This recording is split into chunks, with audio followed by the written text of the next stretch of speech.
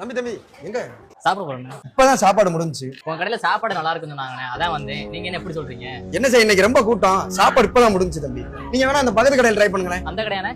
அது இல்ல, அதுக்கு பக்கத்துல. சரிண்ணா. சரி.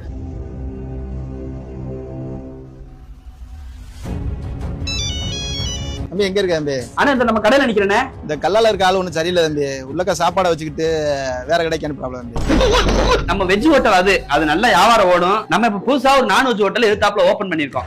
இது கொஞ்சம் ஸ்லோவா தான் போகுது புது ஹோட்டல்னால. அங்க கூட்டம் வரும் போதெல்லாம் அங்க சாப்பாடு இல்லைன்னு சொல்லிட்டு இங்க அனுப்பி விட்டுறது.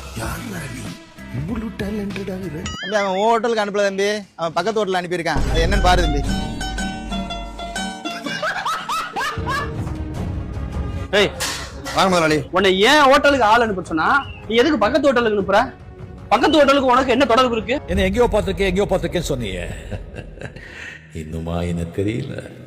எழுத்தாப்புல ஹோட்டல் தொடர்ந்து நம்ம கடையில வியாபாரமே இல்லடா, ரொம்ப டல்லா கிடக்கு. முதலாளி சாமனா எழுத்த ஹோட்டல்ல வேலைக்கு சேர்ந்து அங்க வர்ற கஸ்டமர் அப்பலாம் நம்ம கடைக்கு திருப்பி விட்டோம்னா நீ ஒரு ஆர்டிஸ்ட் பண்றது மொல்ல மாதிரி தானா? இதுல உனக்கு தலைவர் பிச்சை மாதிரியா? போடா வெளியே போடா.